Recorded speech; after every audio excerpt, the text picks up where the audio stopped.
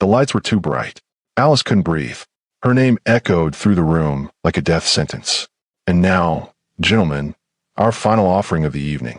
A rare edition. From West Africa. 26 years old. Untouched by our usual trade. Ladies and gentlemen, Alice. The applause was polite, clinical, like they were admiring a painting. She stood on the platform, legs trembling beneath the silk dress they had forced her into. Red. Too tight. Too revealing. The kind of dress that made her feel like meat on a hook. Her wrists ached where they had restrained her earlier. Not with rope, but with the invisible chains of debt, desperation, and lies. This couldn't be real, but it was. Around her, men in tailored suits leaned back in leather chairs, glasses of whiskey catching the amber light. Some smiled. Others didn't bother hiding their hunger. She searched the crowd for Felix, the man who had promised her work, dignity, a way to save her brother. He was there, front row, arms crossed, smiling. Beside him, Hannah, his girlfriend, leaned in and whispered something into his ear. They laughed together. Alice's stomach turned. Starting bid, the auctioneer announced smoothly, is 50,000 USD. A hand went up immediately. Then another. Then 3 more. The numbers climbed. 60, 75, 90. Her vision blurred. Her knees buckled, but she forced herself to remain standing. This wasn't happening.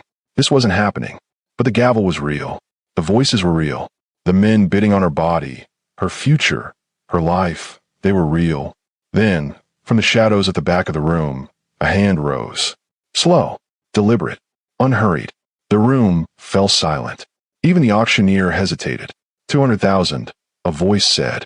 Low, calm, absolute. Alice's eyes snapped toward the sound. She couldn't see his face, only the outline of a man leaning against the far wall, half hidden in darkness. But she felt his gaze.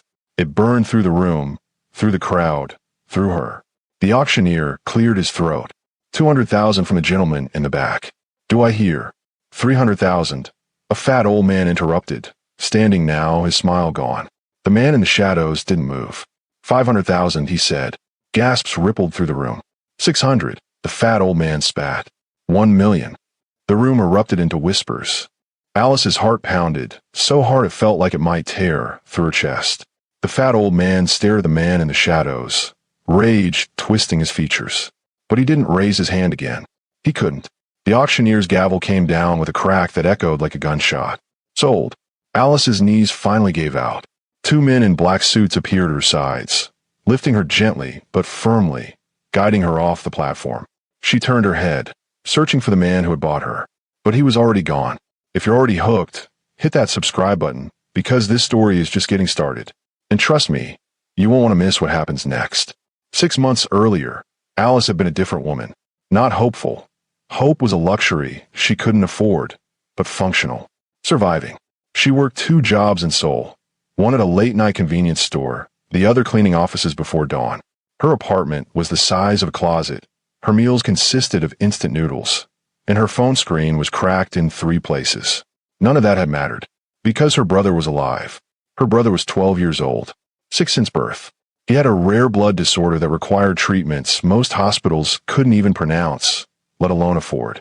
Every one Alice earned went to him. Every breath she took was for him. When the hospital called to say they could no longer continue treatment without payment, full payment, up front, no exceptions, she didn't hesitate. She borrowed. From neighbors. From loan sharks. From anyone who would listen. It still wasn't enough. That was when she met Felix. He appeared at the convenience store one night, charming and polished in a way that felt out of place among the flickering fluorescent lights and expired snacks. You look exhausted, he said in perfect English, his Korean accent softened by years abroad. Alice barely looked up. She told him she was fine. You don't look fine. He smiled. You look like someone who needs help. She should have walked away, but desperation made her careless. She said she was listening. Felix leaned against the counter, his expensive cologne cutting through the stale air. He told her he ran a business, import-export. He said he needed someone he could trust, someone discreet, someone who wouldn't ask too many questions. She asked what kind of business it was. The kind that pays well. Her fingers tightened around the edge of the counter as she asked how well. He named a figure that stole the breath from her lungs. It was more than she would make in 2 years. She asked what she had to do. Felix's smile widened as he told her. She only had to work for him, be available, handle things when he needed them handled. She asked if that was all. He said it was. She knew it sounded too good to be true, but her brother's face flashed in her mind, pale, fragile, slipping away a little more every day. She agreed. Felix extended his hand and called her a smart girl. She shook it and signed her life away. The first month wasn't bad. Felix put her in a small apartment, nothing fancy, but clean. He gave her a phone, a stipend, and a list of tasks that seemed harmless enough. She picked up packages, delivered envelopes, smiled at business meetings, and said nothing. She convinced herself it was legitimate. Then Hannah arrived. Felix's girlfriend was beautiful in the way sharp things are beautiful. Edges and venom wrapped in designer clothes. She hated Alice on sight. She called her a charity case the first time they met, looking her up and down like something stuck to her shoe. Alice bit her tongue and said she was only there to work. Hannah laughed, a cold, brittle sound, and told her not to confuse pity with importance. From that moment on, Hannah made Alice's life miserable. She accidentally spilled drinks on her, mocked her accent, her clothes, her hair. She made sure Alice was always the one cleaning, the one running errands, the one humiliated in front of Felix's associates. And Felix watched. He never stopped it. Sometimes he even laughed. Alice told herself it didn't matter. She could endure anything as long as her brother continued to receive his treatment. But late at night, alone in the apartment Felix had given her, she would lie awake staring at the ceiling, wondering how long she could keep swallowing her pride before it finally choked her. 3 months in, Felix's mask slipped completely. "I need you to come with me tonight," he said one evening, his tone leaving no room for argument. "Where?" Alice asked. "A party. You'll wear what I tell you to wear. You'll smile. You'll keep your mouth shut." Her stomach twisted. "What kind of party?" Felix's eyes darkened. "The kind where you remember who owns you." She flinched.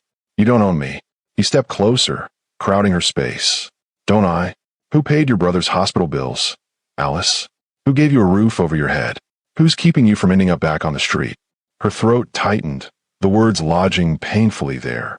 "You owe me," Felix said softly, his voice silk wrapped around steel. "And tonight, you're going to start paying me back." The dress arrived that afternoon. Red silk, backless, so short it barely covered her thighs. Hannah delivered it herself, her smile sharp and venomous. Felix picked it out personally, Hannah purred. "He has such good taste, don't you think?" Alice stared at the dress, her hands trembling. "I'm not wearing that." Hannah's smile widened. "Oh, you will. Where your brother's treatment stopped. Tonight." Alice's breath caught. "You wouldn't. Try me." In that moment, understanding settled over her like ice. She wasn't an employee.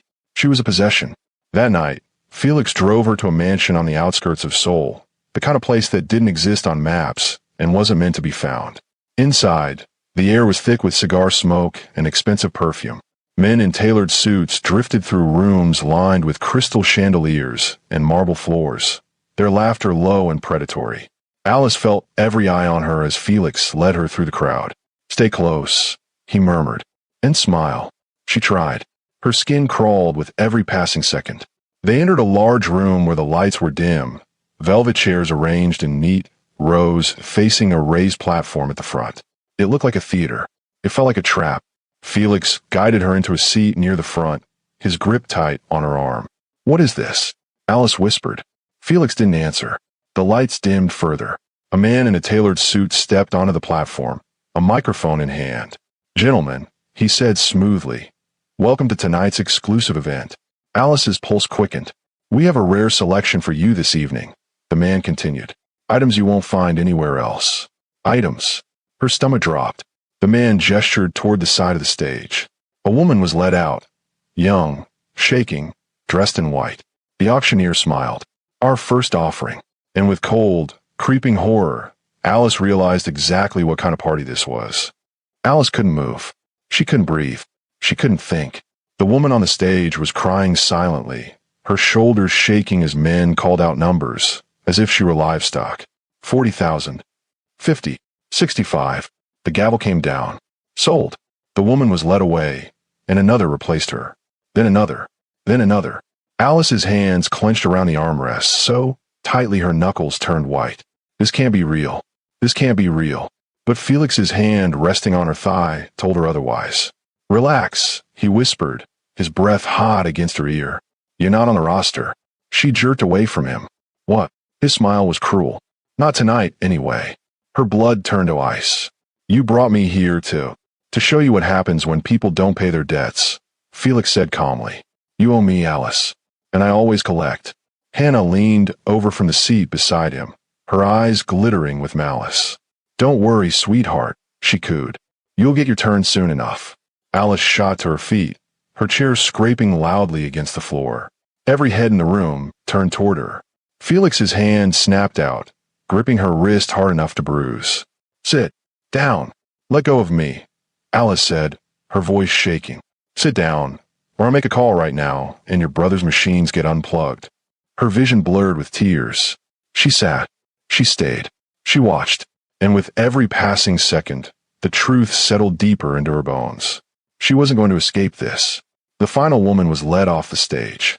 The auctioneer smiled, adjusting his microphone. And now, gentlemen, we have something special. A last-minute addition. Alice's heart stopped. No.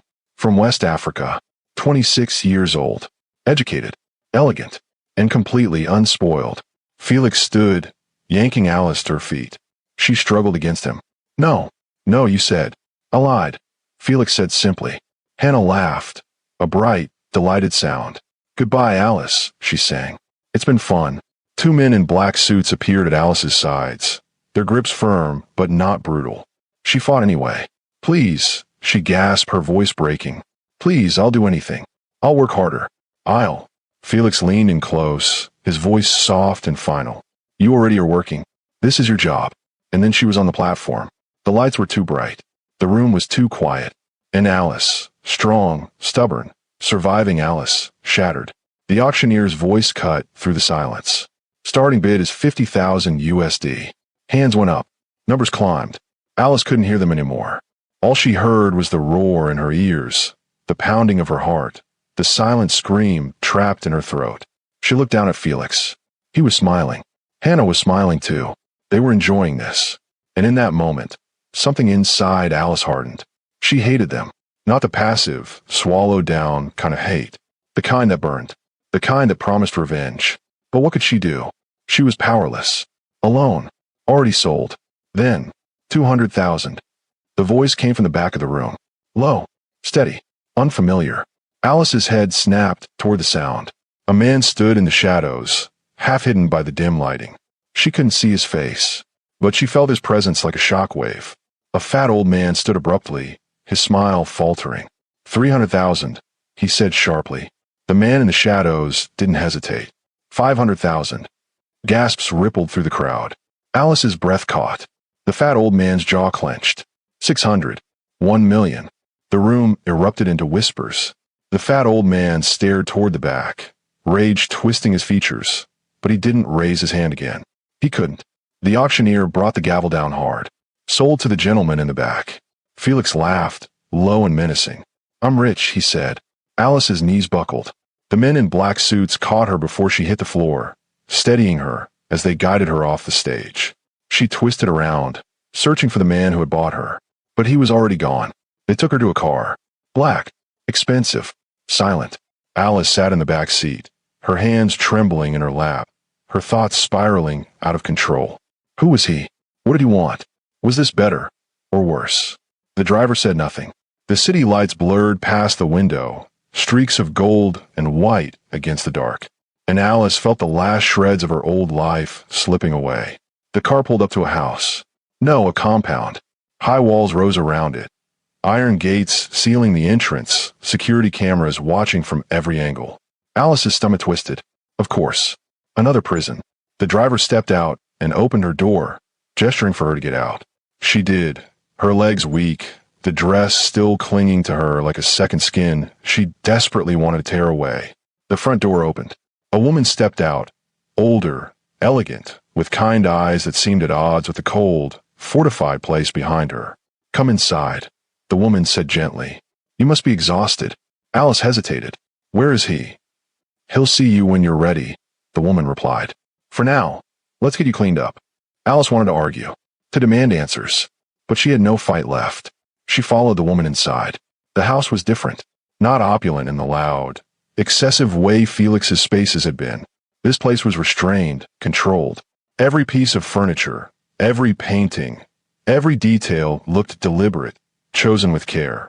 It felt like the home of someone who didn't need to prove anything. The woman led her upstairs to a bedroom. It was large and spotless, dominated by a bed that looked impossibly soft. "There's a bathroom through that door," the woman said. "Take your time. I'll bring you something to eat." Alice stared at her. "Why are you being nice to me?" The woman's expression softened. "Because you've been through enough tonight." She left, closing the door quietly behind her. Alice stood alone in the center of the room, her thoughts spiraling. None of this made sense. She had been bought, owned, yet this didn't feel like ownership. It felt like something she couldn't name. Alice showered until the water turned cold. She scrubbed her skin until it stung, trying to erase the memory of Felix's hands, Hannah's laughter, the weight of all those watching eyes. When she finally stepped out, wrapped in a towel, she saw clothes laid neatly on the bed. Soft cotton pants, a loose shirt, nothing revealing, nothing meant to display her. She dressed quickly, her hands still trembling. A knock at the door made her flinch. "Come in," she said, her voice rough. The woman entered carrying a tray. Rice, soup, tea, simple, warm. Alice's stomach growled despite everything. "Eat," the woman said gently. "You'll feel better." Alice sat on the edge of the bed, the tray resting in her lap. She took one bite, then another, and then the tears came. Not loud, broken sobs, just silent tears sliding down her face as she ate, her shoulders trembling while she tried to hold herself together. The woman didn't leave. She sat beside Alice on the bed, saying nothing, simply being there. And for the first time in months, Alice didn't feel completely alone. Much later, she didn't know how much time had passed. The woman finally rose and left the room. Alice lay back on the bed, exhausted yet unable to sleep. Her body was heavy, but her mind refused to rest. It kept circling back to the man in the shadows. Who was he? What did he want from her? The door opened. Alice pushed herself upright instantly, her heart slamming against her ribs. A figure stood in the doorway. Tall, broad-shouldered, silent. He stepped forward into the light. Alice's breath caught. He was younger than she had expected. Mid-30s, perhaps. Sharp, controlled features. Dark eyes that seemed to strip away pretenses and see straight through her. Handsome in a way that felt dangerous. He didn't smile, didn't speak at first. He simply looked at her. Alice forced herself to hold his gaze. "Are you going to tell me what you want?" she asked, her voice steadier than she felt. He tilted his head slightly. "I want you to rest." His voice was low and calm, touched by an accent that softened the edges of his Korean. "That's it," Alice said. "You paid $1 million for me to rest. I paid $1 million to get you out of that room." She blinked. "Why?" He didn't answer right away. Instead, he moved closer, his steps unhurried, precise. There was something about the way he carried himself, controlled, deliberate, that made her pulse quicken. Not from fear, from something she didn't want to name. "Because," he said quietly, "I owed you." Alice frowned. "I don't know you." "You did," he replied. "Once." He reached into his pocket and pulled out something small. A coin, worn, dented, darkened by a stain she recognized instantly. Blood. He held it out to her. "5 years ago," he said. "Soul. An alley behind a nightclub." Alice stared at the coin, her thoughts racing backward. 5 years ago. She had been new to the city then. Lost. Desperate. She remembered taking a shortcut through an alley and finding a man collapsed on the ground, bleeding heavily. Stabbed. Dying. She should have run. But she hadn't. She had torn off her scarf to stop the bleeding, called for help, and stayed with him until the ambulance arrived. She had never seen his face, never known his name. She had left before anyone could ask questions. Alice lifted her gaze to his, her heart pounding. "That was you." He nodded slowly. "You saved my life," he said. "I don't forget debts." Alice's hands trembled in her lap. "So you bought me to what?" she asked quietly. "Pay me back. To free you." The words lingered between them, heavy and unreal. Alice didn't know how to respond. She didn't know what she was supposed to feel. He turned toward the door, then paused. "You're not a prisoner here," he said. "You can leave whenever you want. But if you stay," he looked back at her, his gaze steady, "you'll be safe." Then he was gone. Alice remained seated on the bed, surrounded by silence, her thoughts spinning. Safe.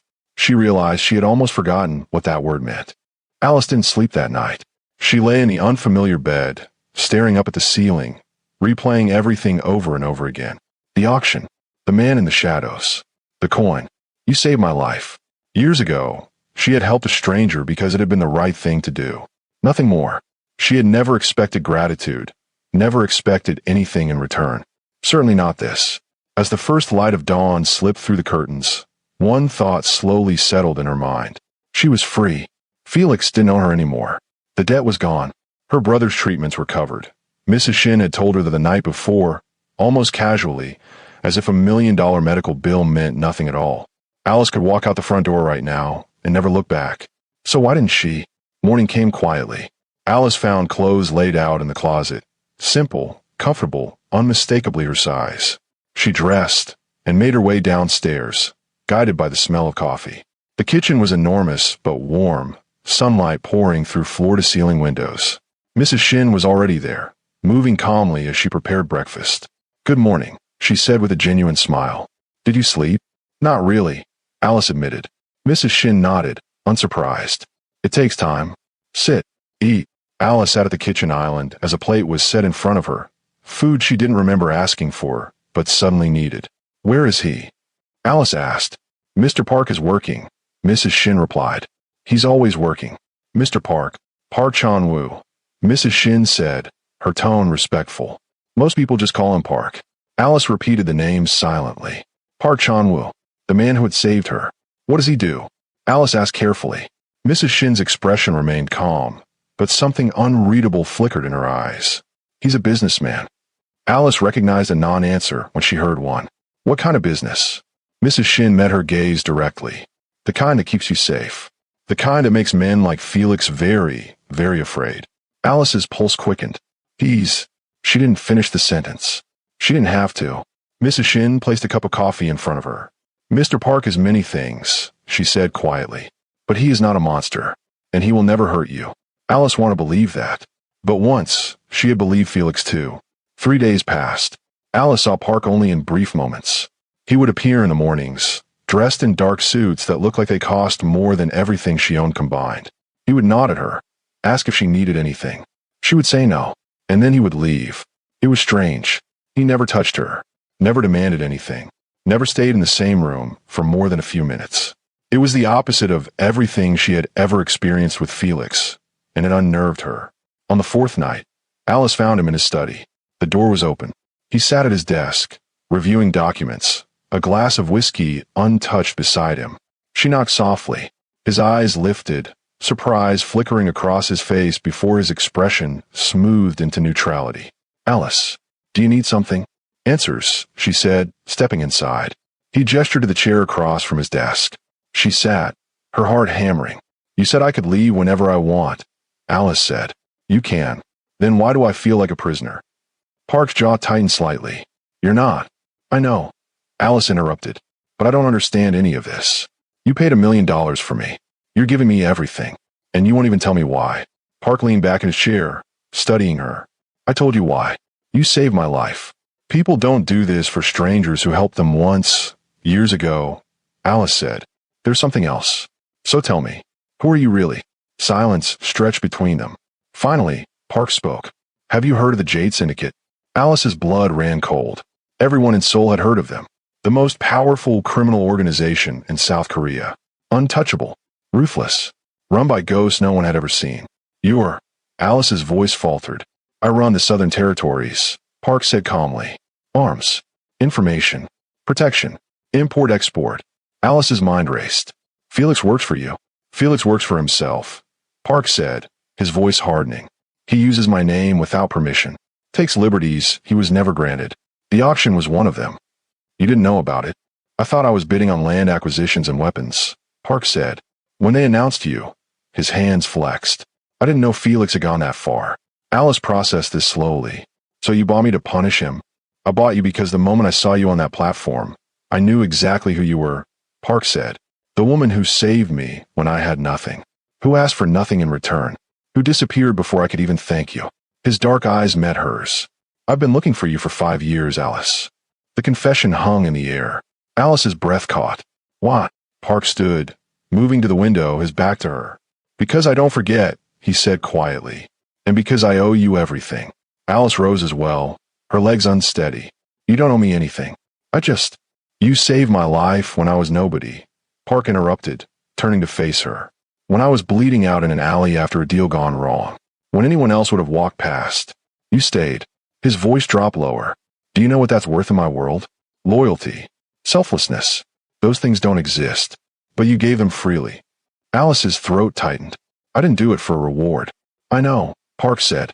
That's exactly why you deserve one. He stepped closer. Not threatening. Not imposing. Just present. You can leave tomorrow if you want, Park said. I'll give you money. Protection. A new life anywhere in the world. But, Alice whispered. Park's gaze held hers.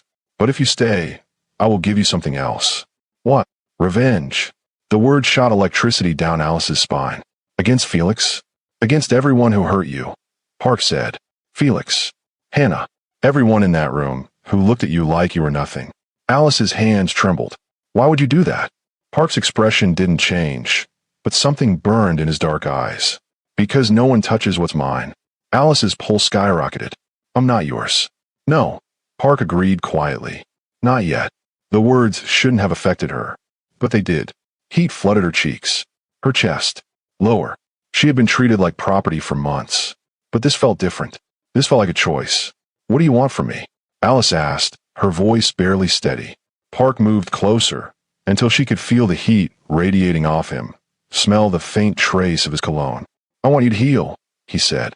I want you to remember what it feels like to be safe, to be respected, to be wanted for who you are, not what someone can take from you. Alice's breath hitched, and then...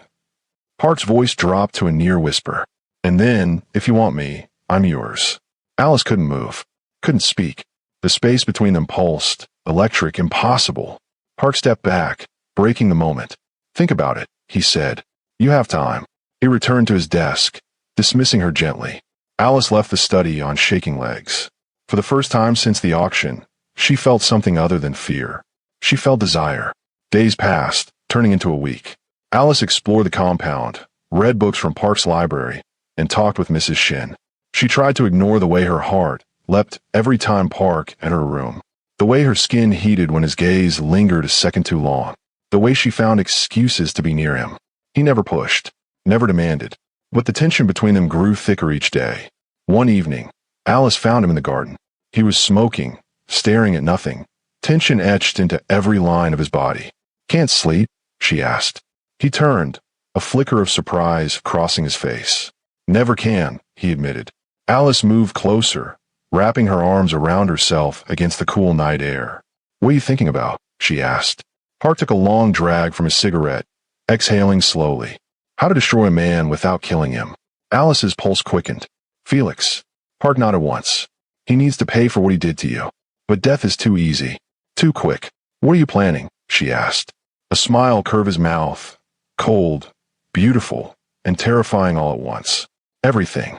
2 weeks after the auction, Park called Alice into his study. A thick folder lay on his desk. This is everything on Felix, Park said. His finances, his connections, his secrets.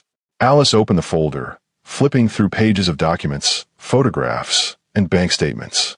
He's broke, she said, disbelief threading her voice. He's been broke for months, Park confirmed.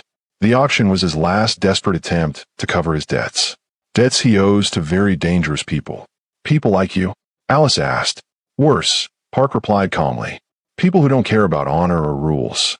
People who will tear him apart when they realize he can't pay. Alice looked up at him. So what do we do? Park's eyes gleamed. We wait for now. The night of the gala arrived. Alice stood in front of the mirror in her room, barely recognizing the woman staring back at her. The dress Park had chosen was midnight blue. Elegant, commanding, powerful. It clung to her in a way that felt intentional, not exploitative. Her hair was swept up, her makeup flawless. She looked like she belonged in that world, like she owned it. A knock at the door made her turn. Park stepped inside and stopped. For the first time since she had met him, the carefully controlled mask he wore slipped. His eyes darkened, his jaw tightened. Alice, he breathed. She felt the weight of his gaze like a physical touch.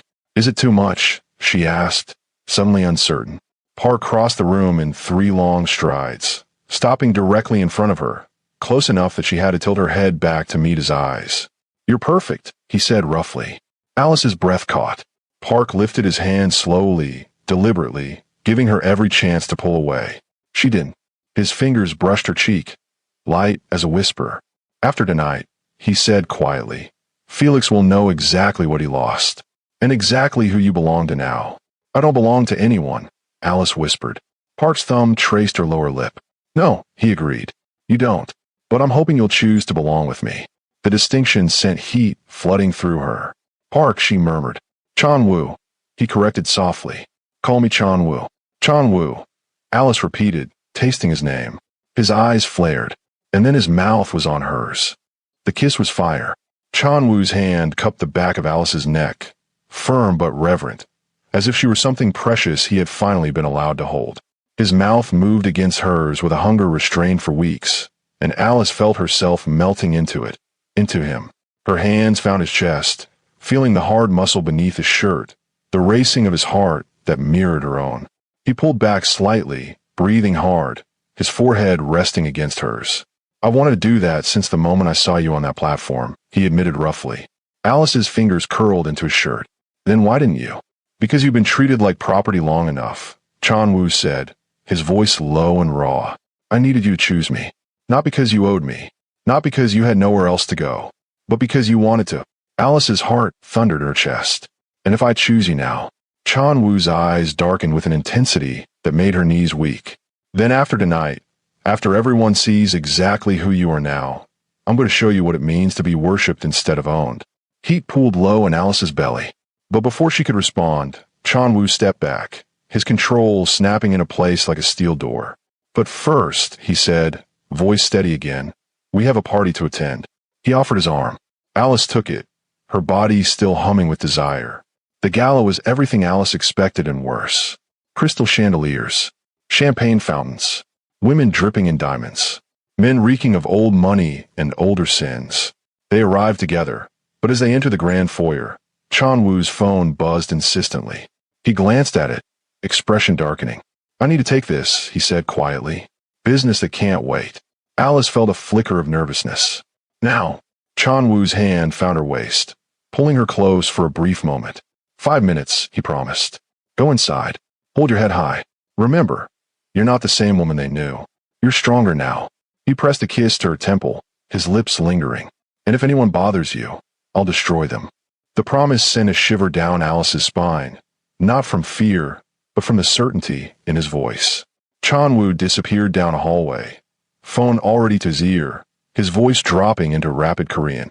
Alice took a steadying breath and walked into the ballroom alone. The room was magnificent, marble floors polished to mirror brightness, soaring ceilings painted with elaborate frescoes, hundreds of souls elite mingling beneath chandeliers that cost more than most people's houses. Alice stepped inside. The midnight blue-dressed Chan Wu had chosen catching the light like liquid sapphire. Heads turned. Conversations paused. Whispers rippled through the crowd like wind through grass.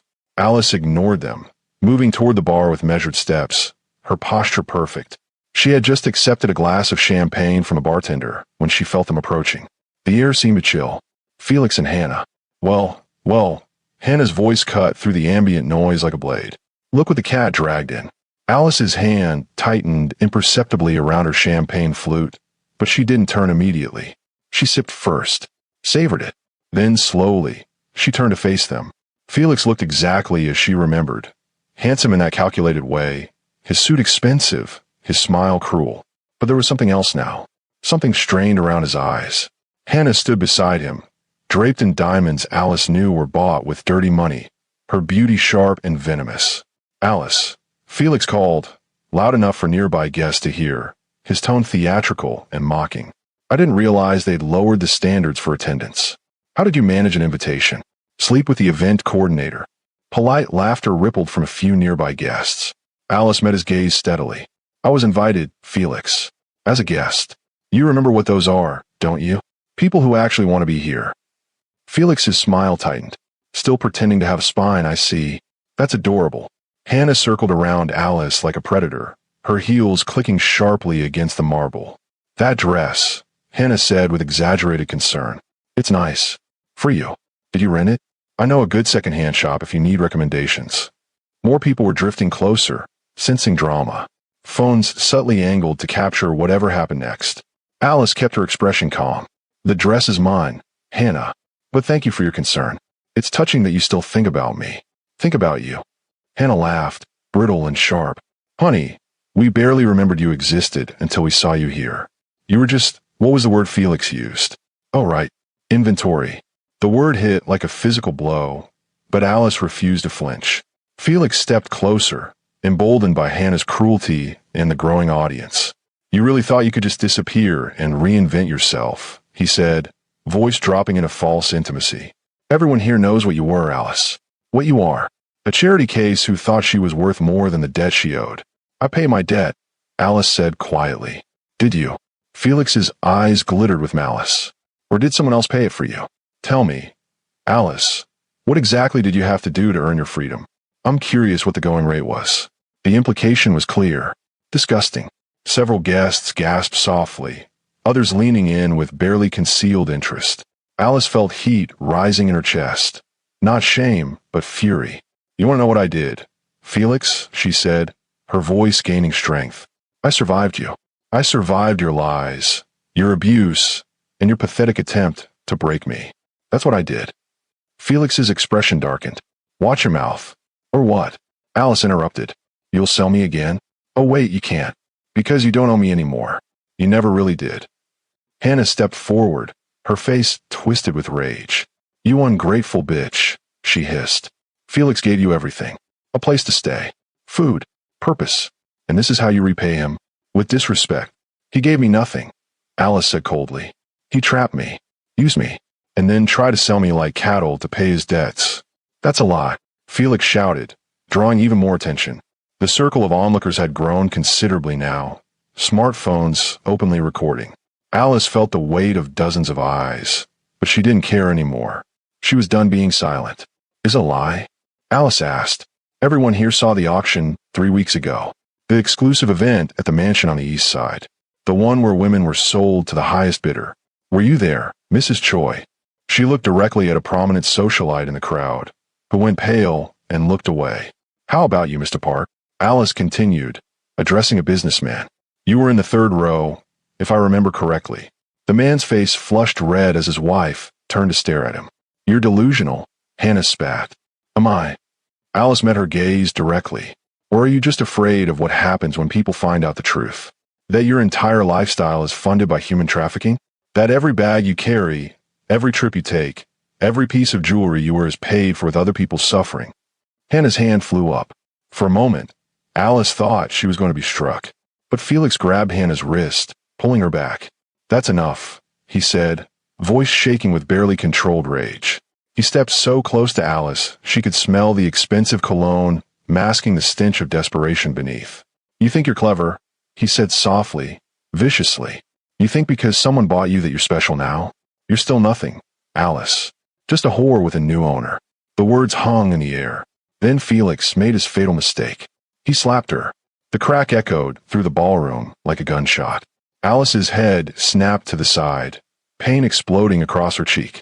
Her champagne glass fell from her hand, shattering on the marble floor. The crowd gasped collectively. Several women cried out in shock. Phones captured everything. Alice stumbled, catching herself on a nearby table, her hand flying to her face. The pain was sharp and immediate, but worse was the humiliation, being struck in front of hundreds of people, reduced once again to something powerless and small. Tears burned in her eyes, but she refused to let them fall. Not here. Not now. Not ever again. Felix stood over her, his hand still raised, breathing hard, his face twisted with rage and something that looked like fear. You don't get to speak to me like that, he hissed. The ballroom had gone utterly silent. Even the music had stopped. And then, from the entrance, a voice cut through the silence like a blade through silk. Remove your hand. Every head in the ballroom turned toward the doors. Park Chan-woo stood at the entrance, and the temperature seemed to drop 10 degrees. He wasn't running, wasn't rushing. He walked with deliberate, measured steps, each one echoing in the frozen silence. His eyes were locked on Felix with an intensity that promised violence. The The crowd parted before him, like water before a ship's prow, people scrambling to get out of his way. Alice watched him approach, her hand still pressed to her burning cheek, and felt something shift inside her. Not fear, relief, and something darker, something primal. Chanwu reached her in seconds that felt like hours. His first action was to turn to Alice, his expression transforming instantly from murderous to tender. "Let me see," he said softly, his hand coming up to gently tilt her face toward the light. Alice lowered her hand. The red mark was already darkening, the outline of Felix's fingers visible against her brown skin. Something flickered across Chanwu's face, rage so profound it was almost peaceful in its certainty. "Did he hurt you anywhere else?" Chanwu asked, his voice dangerously quiet. Alice shook her head. "Just my face." Chanwu's jaw clenched hard enough that Alice could see the muscle jump. He reached up with infinite care and brushed his thumb just below the bruise, so gentle it barely qualified as touch. "I'm going to kill him," Chanwu said conversationally. "Chanwu, not tonight," he continued in that same calm voice. "But soon, and slowly." Then he turned to face Felix. The transformation was instant and absolute. The tender man who touched Alice's face was gone. In his place stood something cold and terrifying. Felix had backed up several steps, his earlier bravado evaporating. "Park," he said, his voice shaking. "This is a misunderstanding." "You put your hands on her," Chanwu said, each word precisely enunciated. He took a step forward. Felix took 2 steps back. "She was disrespecting me." "She," Chanwu interrupted, his voice dropping even lower, "is under my protection. And you just struck her. In public. In front of witnesses." He took another step forward, and this time Felix stumbled backward into Hannah. "Do you understand what you've done?" Chanwu asked softly. The entire ballroom was watching now, hundreds of eyes locked on the scene, phones recording every second. Felix tried to summon his courage. "You can't do anything to me here. Not in front of all these people." "Can I?" Chanwu's smile was terrifying in its emptiness. Chanwu raised his right hand and delivered a sharp backhand slap. Felix stumbled backward, clutching his cheek, while Hannah shrieked and rushed to his side. Chanwu turned calmly to address the entire ballroom, his voice carrying effortlessly across the stunned silence. "Does anyone here object to me removing this man from the premises?" Silence answered him. Not a single person spoke. Several people actually shook their heads. Chanwu turned back to Felix. "It seems you have no friends here after all." 2 men in dark suits emerged smoothly from the crowd. Chanwu's security, Alice realized, who must have been stationed throughout the gala. "Escort Mr. Kim and his companion from the building," Chanwu said evenly, "and make sure they understand they are no longer welcome at any establishment in this city." "You can't do this," Hannah shrieked. "We were invited." Chanwu finally acknowledged her existence, his gaze sliding to her with cold disdain. "Your invitation has been revoked. Permanently." The security guard stepped forward. Felix made one last desperate attempt. "I have powerful friends." "You had powerful acquaintances," Chanwu corrected. "But I am part Chanwu, and as of this moment, you have nothing." The name rippled visibly through the room. Even Alice, who already knew who Chanwu was, felt the weight of it spoken aloud before Seoul's elite. The guards took Felix and Hannah by the arms, not roughly, but firmly enough to make resistance pointless. As they were led away, Felix twisted back, his face contorted with impotent rage. "This isn't over." Chanwu's expression didn't change. "Yes," he said quietly. "It is." Felix and Hannah were dragged from the ballroom. The doors closed behind them with a finality that felt like a coffin lid slamming shut. Chanwu turned back to Alice, and once again his expression softened completely. He held out his hand. "Come, we're leaving." Alice took his hand without hesitation. He pulled her gently to his side, his arm wrapping protectively around her waist as they walked through the silent ballroom together, every eye following them. At the entrance, Chanwu paused and turned back one last time. "If anyone here has questions about what happened tonight," he said, his voice carrying clearly, "I suggest you forget them. This matter is closed." No one argued. They left. The car ride back to the compound was silent for the first few minutes. Chanwu sat beside Alice, his hand resting on her thigh, his thumb tracing absent patterns that were meant to soothe but instead sent heat spiraling through her. His other hand worked his phone with quick, precise movements. Messages sent, calls made, plans set into motion. Alice watched the city lights blur past the window, her cheeks still throbbing. Does it hurt? Chan-Woo asked without looking up from his phone. Yes. His hand tightened slightly on her thigh. Good. Alice turned to look at him, confused. Chan-Woo finally met her gaze, and the expression on his face stole her breath. Good, because it gives me justification for what I'm about to do to him, he clarified calmly. By this time tomorrow, Felix Kim will wish I'd killed him tonight. What are you going to do? Alice asked. Chan-Woo's smile was cold, beautiful, and absolutely merciless. Everything. They arrived at the compound just after midnight. Chan-Woo helped Alice from the car, his touch gentle despite the violence she could feel coiled beneath his calm exterior. Mrs. Shin was waiting inside, ice wrapped in soft cloth and a first aid kit in hand. Let me see, dear, she said softly, guiding Alice to sit. Chan-Woo stood nearby, watching with an intensity that made the air feel charged.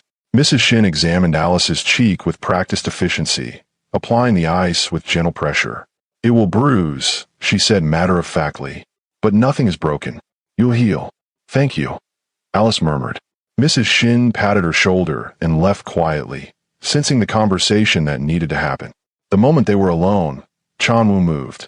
He knelt in front of Alice, his hands coming to rest on her knees, his eyes searching her face.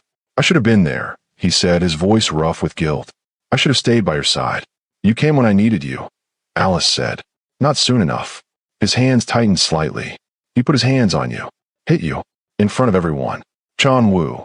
I'm going to destroy him, Alice, Chan-Woo said, his voice dropping to something dark and absolute. Not quickly. Not cleanly. I'm going to take everything he has, everything he is, and grind it into dust. Alice felt a thrill run through her at the cold certainty in his voice. Tell me, she whispered. Tell me what you're going to do. Chan-Woo's eyes gleamed. Come with me. He led her to his study, settling her into the leather chair behind his desk while he opened his laptop. The screen illuminated his face in harsh blue light as files opened. Documents, photographs, bank statements, emails, years of information. I've been gathering this for 2 weeks, Chan-Woo said. Since the night of the auction. Everything on Felix Kim. Every secret. Every crime. Every lie. He turned the laptop toward Alice. She leaned forward, scanning the documents. Offshore accounts in the Cayman Islands. Shell companies in Panama. Falsified import records. Bribes to city officials. Evidence of the auction. Photographs. Witness statements. Financial transactions. And more. So much more. This is... Alice's voice failed. Comprehensive, Chan-Woo finished. Felix has been running illegal operations for years. Arms dealing. Money laundering. Human trafficking. He's built an empire on suffering. How did you get all this? Chan-Woo's smile was cold. I have resources Felix can't even imagine. People who owe me favors. Hackers who can find anything. And time. I've been very patient. He closed the laptop and moved to stand behind Alice's chair, his hands coming to rest on her shoulders. Phase 1 begins tomorrow, he said quietly. Silent preparation is complete. Now comes the execution. Alice leaned back against him, feeling the solid strength of his body. What's phase 1? Financial strangulation. The next morning, Alice woke to find Chan-Woo already gone. She found him in his study hours later, still working, his desk covered in papers, and his phone constantly buzzing with incoming messages. It started, he said without preamble when she entered. What started? Felix's accounts in the Cayman Islands froze at 6 a.m. Chan-Woo said, satisfaction evident in his voice. $3 million, completely inaccessible. Alice's eyes widened. How? I have friends in interesting places, Chan-Woo said. The bank received an anonymous tip about suspicious activity. They're required by law to freeze the accounts pending investigation. Chan-Woo pulled up another screen. His primary business account here in Seoul is being audited as we speak. The tax authority received documentation showing significant discrepancies in his reported income, he explained. From you? Alice asked, narrowing her eyes. From a concerned citizen, Chan-Woo said with a slight smile. I would never interfere with government operations. Over the next week, Alice watched Chan-Woo systematically dismantle Felix's financial empire. It was surgical, precise, devastating. Felix's investors began receiving anonymous packages, documents showing his illegal activities, evidence of falsified profits, proof that their money was financing criminal operations.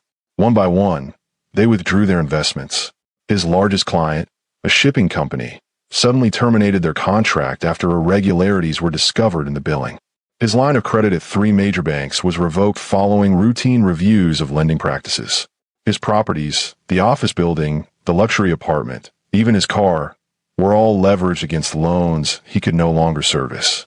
Within 2 weeks, Felix's cash flow had completely dried up. "He can't make payroll," Chan Wu reported one evening, scrolling through intercepted emails on his tablet. "His employees are starting to quit. His suppliers are demanding payment up front. His landlord is threatening eviction." Alice sat beside him on the couch, watching the systematic destruction with a mixture of awe and satisfaction. "He doesn't even know it's you, does he?" she asked.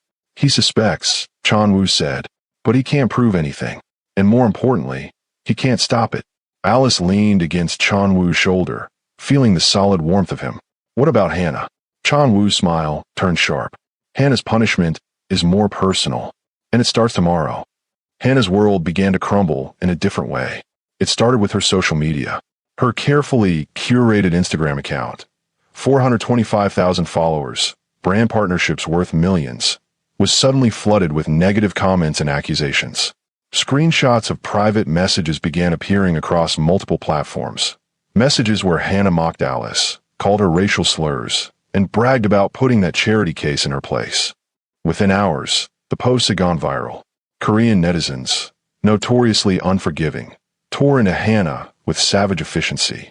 Her brand partnerships terminated their contracts immediately.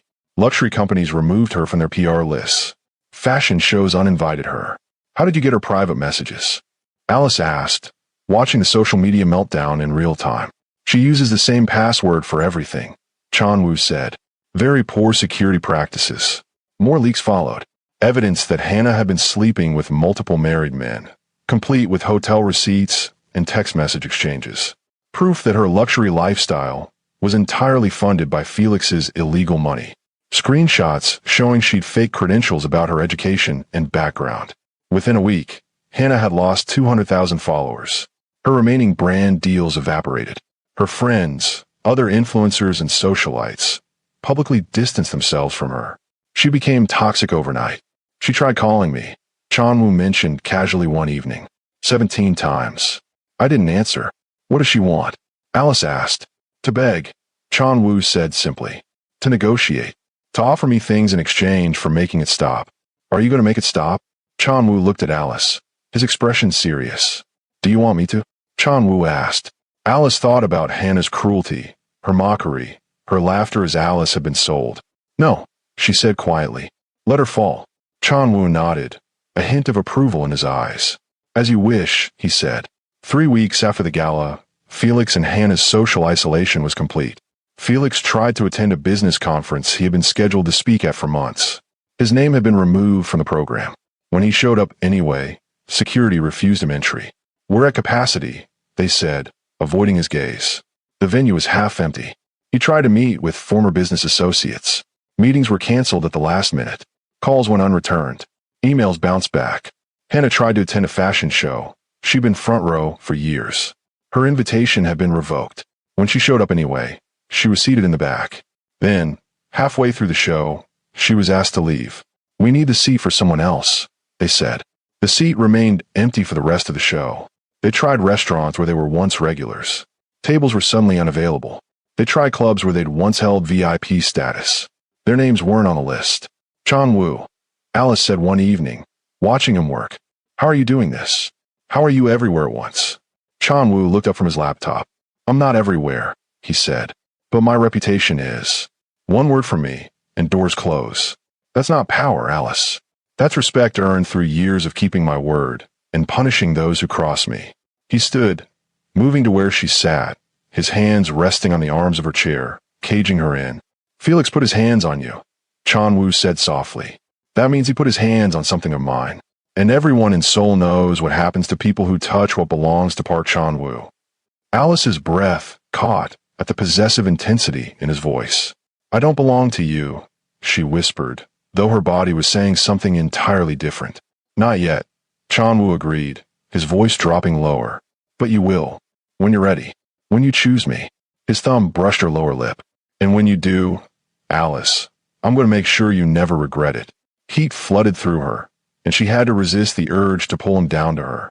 But Chanwoo stepped back, his control firmly in place. First, he said, we finish what we started.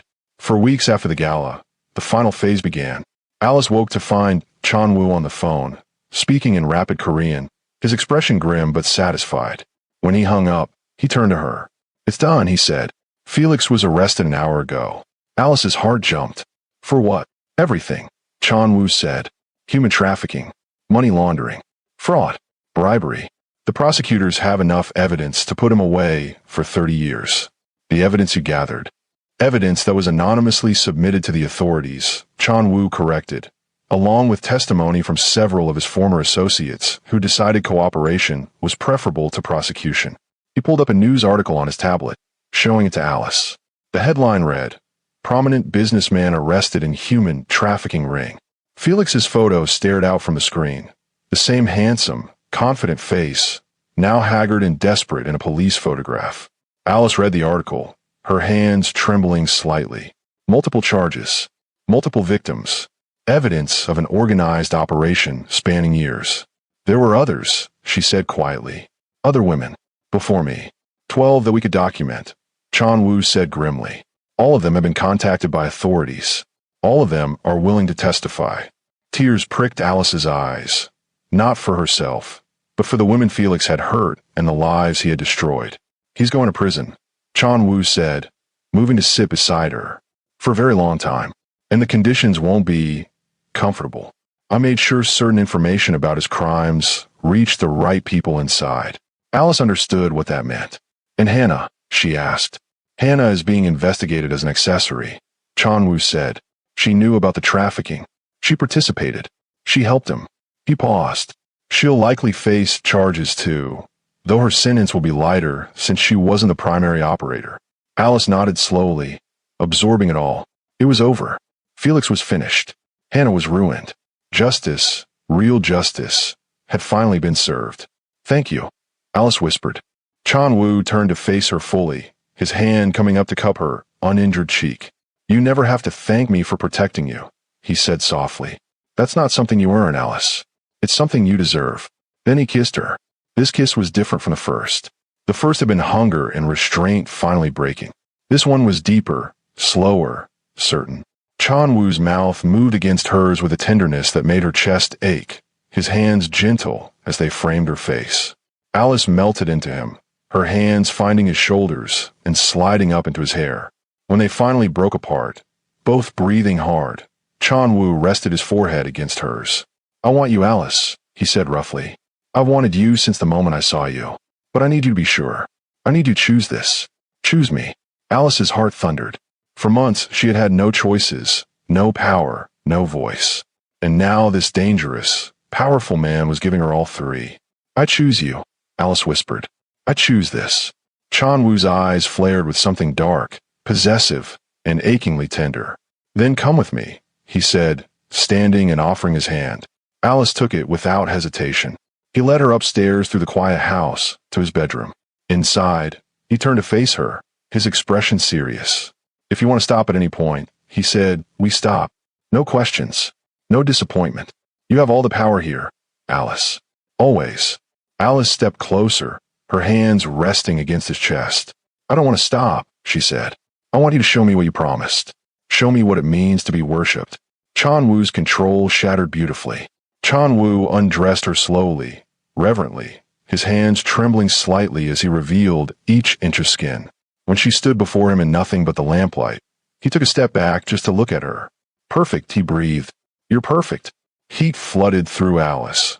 Not shame, but desire, power, and the intoxicating knowledge that this man wanted her desperately. He kissed her then, not rushed, not consuming, but deep and certain. The kind of kiss that carried intention. The kind that said this moment mattered. Chanwoo guided her toward the bed, never breaking eye contact, never taking control away from her. When she nodded, when she pulled him closer, he followed, always watching, always listening. The world narrowed to warmth and closeness, to whispered names and shared breath, to the quiet understanding that this was not possession, but choice. The door closed softly behind them, and everything else faded. Afterward, they lay tangled together, Chanwoo's arms wrapped around Alice, her head resting on his chest, listening to his heartbeat slow. "Stay with me," Chanwoo murmured into her hair. "Not as a guest, not as someone I'm protecting, but as mine, as my equal, my partner, my everything." Alice tilted her head up to look at him. "Is that a proposal?" Chanwoo's smile was soft and genuine, the first truly unguarded expression she had seen on his face. "It's a promise," he said, "that if you stay, I'll spend every day proving you made the right choice." Alice kissed him softly. "Then yes," she whispered, "I'll stay." A week later, Alice's phone rang at 3:47 a.m. She knew before she answered. Some part of her had always known this call would come. Chanwoo stirred beside her as she reached for the phone, his hand finding her waist in the darkness. "Hello." Alice's voice was steady, but her hand trembled. The doctor's voice was gentle but final. "Ms. Alice, I'm so sorry. Your brother passed away 20 minutes ago. We did everything we could, but his body it was time. He went peacefully." The phone slipped from Alice's hand. She didn't cry, didn't scream. She just sat in the darkness, feeling as though someone had hollowed out her chest and left nothing behind. Chanwoo sat up immediately, pulling her against him. "Alice, what happened?" "He's gone," she whispered. "My brother. He's gone." Chanwoo's arms tightened around her, and for a long moment, he said nothing, just held her. The funeral was small. Just Alice, Chanwoo, Mrs. Shin, and a handful of people from the hospital who had cared for her brother over the years. Alice stood at the graveside in a black dress, watching as they lowered the small coffin into the ground. He had been 12 years old, 12 years of fighting, 12 years of pain, 12 years of her sacrifice, and now he was gone. "I should feel something," Alice said quietly, her voice hollow. "Relief that he's not suffering anymore. Grief. Anger. Something." Chanwoo stood beside her, his hand holding hers. "You feel numb," he said. "That's normal, is it?" Alice asked, her eyes dry and empty. "I fought so hard for him. I gave up everything. And for what? He still died. I couldn't save him." "Alice." Felix was right, she continued, her voice breaking. "I was nothing. All that suffering, all that humiliation, and it didn't matter. He died anyway." Chanwoo turned her to face him, his hands gripping her shoulders firmly. "Don't," he said, his voice rough with emotion. "Don't let that bastard's words poison this moment. You love your brother. You fought for him. You gave him 3 more years than the doctors said he'd have. That matters." Tears finally streamed down Alice's face. "Does it?" she whispered. "He's still dead, Chanwoo. He's still gone." Chanwoo pulled her against his chest, one hand cradling the back of her head. "I know," he said softly. "I know, and I'm so sorry." Alice broke. She sobbed against Chanwoo's chest, her hands fisting in his jacket, all the grief she'd been holding back for months, years, pouring out. She cried for her brother, for the childhood he'd never had, for the future he'd never see, for all the sacrifices that hadn't been enough. Chanwoo held her through it all, his arms steady and strong, murmuring soft words in Korean that she didn't understand but felt anyway. When the tears finally subsided, Alice pulled back slightly, looking up at him. "I don't know how to do this," she whispered. "How to live without him. He was the reason for everything." Chanwoo cupped her face gently, his thumbs wiping away her tears. "Now you live for yourself," he said quietly. "You live because you survived, because you're strong, because you deserve a life that's more than just sacrifice." "I don't know if I can." "You can," Chanwoo said with absolute certainty. "And I'll be here. Every step, every moment. You're not alone, Alice. Not anymore." Alice closed her eyes, leaning into his touch. "Promise me something," she whispered. "Anything. Promise me that his life meant something. That all of this, everything I went through, it wasn't for nothing." Chanwoo was quiet for a moment, choosing his words carefully. "Your brother's life meant everything," he said finally. "Because he had you. Because someone loved him so completely that she was willing to sacrifice everything for him. That kind of love, that's not nothing, Alice. That's everything." He pulled her close again. "And what you went through, the pain, the humiliation, the suffering, that led you to me. It led you here, to this moment, to a life where you're safe and loved and free." Your brother would want that for you. Alice pressed her face into Chan Wu's chest, breathing in his scent, letting his words sink in. How do you know? She asked. Because if I had a sister who loved me the way you loved him, Chan Wu said softly, I'd want her to find happiness after I was gone. I'd want her to live fully, to love deeply, to know that she did everything she could, and that it was enough. Fresh tears slid down Alice's cheeks, but these were different, softer, cleaner. Thank you, she whispered. For what? For being here. For not leaving. For knowing exactly what to say. Chan Wu kissed the top of her head. I'll always be here, he promised. In the good moments and the unbearable ones. That's what partners do. Alice looked up at him, seeing the sincerity in his dark eyes.